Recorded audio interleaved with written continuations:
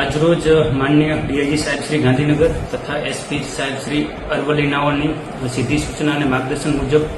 અરવલ્લી જિલ્લાની એલસીબીની team Modasa rural police station ખાતે પ્રોહિબિશન બાબતે વોચમાં હતી. તે દરમિયાન ત્યાંથી સિલ્વર કલરની કિયા સેલ્ટોસ ગાડી જેના નંબર છે GJ01KZ0216 તે ત્યાંથી પૂર ઝડપે અને સ્પીડમાં નીકળી જવા પામેલ. એલસીબીની ટીમને તે ગાડી શંકાસ્પદ લાગતા સતત 50 કિલોમીટર સુધી તેનો પીછો કરવામાં આવેલ અને જિલ્લાના તમામ પોલીસ સ્ટેશનમાં નાકાબંધી અને બ્લોકિંગ કરવા માટે સૂચના કરવામાં આવેલ.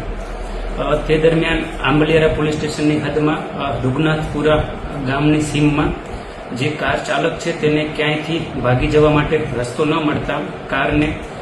રોડની નીચે ઉતારી ખેતરમાં લઈ જઈ અને પોતે ગાડીમાંથી નાસી જવાની ફિરાકમાં હતા. તે દરમિયાન એલસીબીની ટીમ ત્યાં આવી જતા કારમાંથી 2 આરોપીની ધરપકડ કરવામાં આવી અને કારનું સર્ચ કરતા કારની અંદરથી 6,91,945નો વિદેશી દારૂનો જથ્થો જપ્ત કરવામાં આવેલ તથા જે કિયા સેલ્ટો સિલ્વર કલરની ગાડી છે તેને પણ જપ્ત કરી અને ટોટલ 17 લાખનો મુદ્દામાલ આંબલિયારા પોલીસ સ્ટેશન ખાતે લઈ જઈ અને વધુ તપાસ માટે પોલીસ સ્ટેશન ખાતે રાખવામાં આવેલ છે.